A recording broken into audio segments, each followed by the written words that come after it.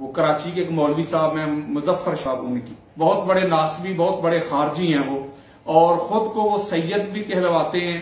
अक्सर जब इनकी तकरीरें आप सुनेंगे तो अहले बैत अतहार के जो दुश्मन है ना, इस्लाम के बेटियों का जिन्होंने हया किया, ये उनके कसीदे पढ़ रहे हैं। आपको शायद याद हो कि 2-3 साल पहले एक जमात ने एक ऐलान किया था, नारे लगाए थे किसी के बारे में, बेखता बेगुनाह, उर्स मनाया था। तो फौरन बाद सबसे पहले 2-2.5 घंटे का लेक्चर मैंने उसके रद्द में रिकॉर्ड करवाया था। और आज देख लें मुजफ्फर शाह जैसे इस तरह के नासबी लोग, तो जब भी देखें वो अहले बैत के दुश्मनों के कसीदे, उनके तराने, उनके नगमे, उनका दिफा, कोई नारा हैदरी लगा दे, आपको तकलीफ हो जाती है। ये कैसे सैयद है आप? मुझे तो शक है आप पे। आपको शर्म नहीं आती, हया नहीं आती? उन लोगों के कसीदे पढ़ते हो, उन लोगों के तराने गाते हो, उन लोगों के नगमे गाते हो जो सारी जिंदगी हजूर की औलाद को गालियां देते रहे।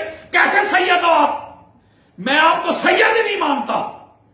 आप चेक करें, जाके अपना शजरा खोलें, आपको पता चल जाएगा कहीं मसला है। क्योंकि सैयद वही है, मैं दुनिया भर के सदात के साथ मेरा तल्लक है, मुझे पता चल जाता है कौन सैयद है कि नहीं। मेरा काम ही ये है।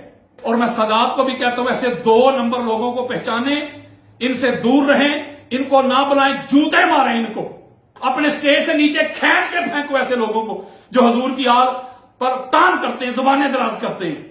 नाज़रीन आपने देखा, चलें एक और वीडियो भी देखें। अहले सुन्नत के